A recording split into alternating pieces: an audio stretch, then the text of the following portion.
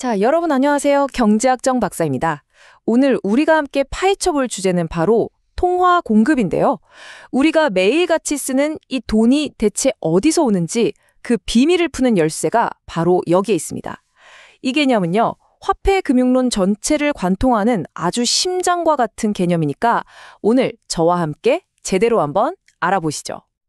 자, 여러분, 돈 싫어하는 사람 없죠? 그쵸? 근데 말이에요.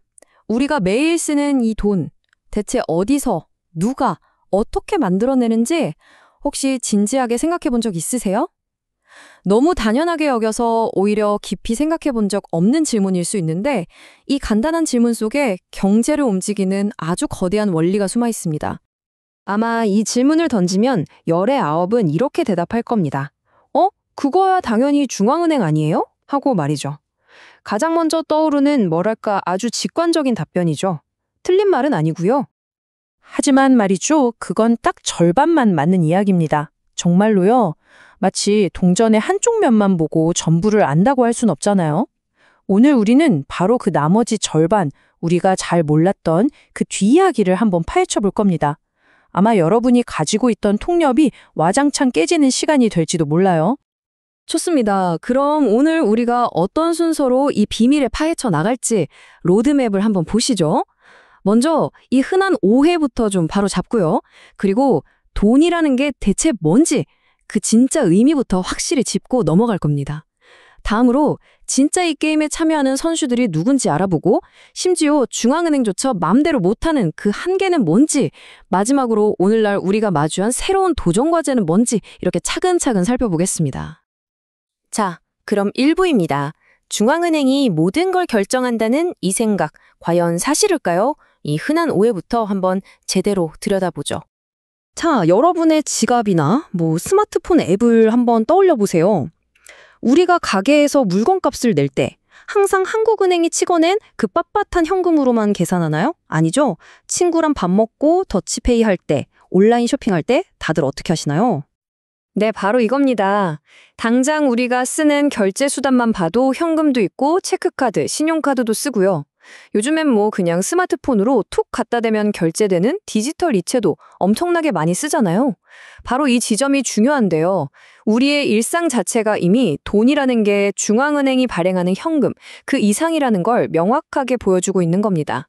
그러니까 통화 공급이라는 게 우리가 생각하는 것보다 훨씬 복잡한 시스템이라는 뜻이겠죠? 자, 그럼 다음 단계로 넘어가 볼까요? 누가 돈을 공급하는지 알려면 그 전에 먼저 돈, 그러니까 화폐가 도대체 뭔지 그 개념부터 확실하게 잡고 가야 합니다. 용어 정의부터 해보죠. 자, 이 슬라이드가 아주 흥미로운데요. 왜냐하면 놀랍게도 경제학자들 사이에서도 돈이 뭐냐에 대한 정의가 딱 하나로 정해진 게 아니거든요. 크게 3가지 관점이 있습니다. 첫째는 돈의 기능, 그러니까 교환의 매개나 가치 저장 같은 기능으로 정의하는 고전적인 방법이 있고요. 둘째는 어떤 자산이 얼마나 쉽게 현금처럼 바뀔 수 있느냐, 즉 유동성으로 정의하는 방법. 그리고 마지막으로는 경제를 예측하는 데 가장 도움이 되는 금융자산의 묶음을 그냥 돈이라고 부르자 하는 아주 실증적인 방법이 있습니다. 여기서 유동성이라는 개념을 조금 더 자세히 들여다볼게요. 경제학자 걸리가 강조한 개념인데 아주 간단해요. 어떤 자산을 가지고 있을 때 이걸 얼마나 빠르고 또 가치의 손실 없이 현금으로 바꿀 수 있는지를 나타내는 척도입니다. 예를 들어 아파트는 유동성이 낮고 은행 예금은 유동성이 아주 높겠죠? 얼마나 빨리 돈처럼 쓸 수 있느냐, 이게 핵심입니다.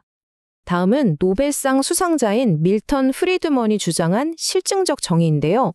이건 정말 실용적인 접근법이에요. 뭐냐면 화폐가 이론적으로 뭐냐?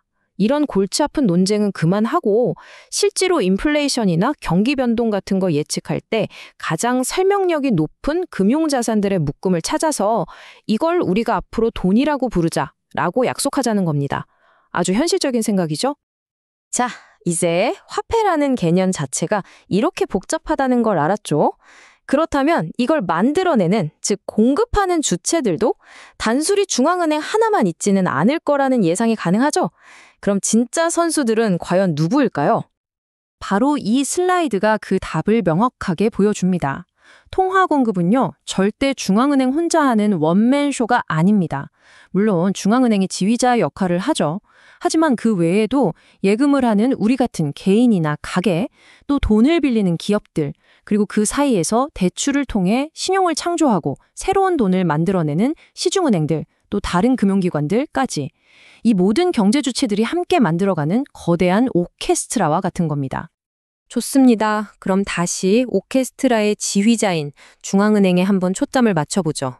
중앙은행이 막강한 힘을 가진 건 분명한 사실이지만 생각보다 아주 현실적인 한계에 부딪히곤 합니다. 여기서 아주 중요한 포인트가 나옵니다. 많은 사람들이 중앙은행이 주도적으로 통화량을 선택한다고 생각하지만 실제로는 이미 벌어진 경제 상황에 어쩔 수 없이 반응해야 할 때가 훨씬 많다는 겁니다. 즉, 마음대로 돈을 찍어낼 수만은 못다는 거죠. 자, 그럼 어떤 경우에 중앙은행이 어쩔 수 없이 움직여야 할까요? 예를 들어서 갑자기 큰 위기가 터져서 기업들이 줄줄이 도산할 위기에 처했어요. 아니면 금융시장이 완전히 패닉에 빠져서 금리가 미친 듯이 치솟아요. 이럴 때 중앙은행은 최종 대부자, 그러니까 마지막으로 돈을 빌려줄 수 있는 구원투수 역할을 해야만 합니다. 시장에 돈을 풀어서 시스템 전체가 무너지는 걸 막아야 하는 거죠. 이처럼 중앙은행의 결정은 진공 상태에서 이루어지는 게 아니라 경제 상황에 따라 사실상 강제되는 경우가 아주 많습니다. 자, 이제 마지막 5부입니다. 이 논의를 오늘날 바로 지금 우리가 사는 현대로 가져와서 왜 이 통화 공급 문제가 과거보다 훨씬 더 복잡하고 어려워졌는지 한번 살펴보겠습니다. 이 문장의 현대 금융의 딜레마를 정말 정확하게 짚어내고 있는데요. 경제가 발전하고 상상도 못했던 새로운 금융 상품들이 계속해서 쏟아져 나오면서 과거의 교과서적인 방식으로는 더 이상 화폐를 관리하고 통제하기가 너무너무 어려워졌다는 뜻입니다. 오늘날 중앙은행이 마주한 어려움은 바로 이런 것들입니다. 첫째, 도대체 어디까지를 돈으로 봐야 하는지 그 경계 자체가 모호해졌어요. 예를 들어 우리가 쓰는 수많은 핀테크 앱에 포인트나 머니, 이거 화폐일까요? 아닐까요? 애매하죠. 둘째, 이렇게 경계가 흐릿해지니 통화량을 정확히 측정하고 통제하는 건 거의 불가능에 가까워졌고요. 셋째, 그러다 보니 돈의 양이 물가를 결정한다는 화폐 수량설 같은 고전적인 이론들이 90년대 이후로는 예측력이 크게 떨어졌습니다. 자, 그럼 오늘 설명의 가장 중요한 핵심 요약입니다. 딱 한 문장으로 정리해 드릴게요. 통화 공급은 중앙은행이 위에서 아래로 자, 이만큼 공급하겠다라고 일방적으로 결정하는 게 아닙니다.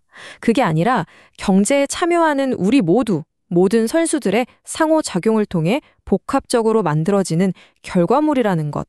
이거 하나만은 꼭 기억해 두시기 바랍니다. 자, 오늘 설명은 여기까지입니다. 마지막으로 여러분께 생각해 볼 만한 질문을 하나 던지면서 마무리할까 합니다. 앞으로 중앙은행이 직접 발행하는 디지털 화폐, 즉 CBDC나 비트코인 같은 암호화폐가 우리 생활에 더 깊숙이 들어온다면 오늘 우리가 배운 통화 공급에 보이지 않는 손들, 그 여러 선수들의 역할은 과연 어떻게 바뀔까요? 이건 정답이 없는 질문이니까요. 한번 깊이 고민해 보는 시간을 가져보시길 바랍니다. 오늘 모두 수고 많으셨습니다.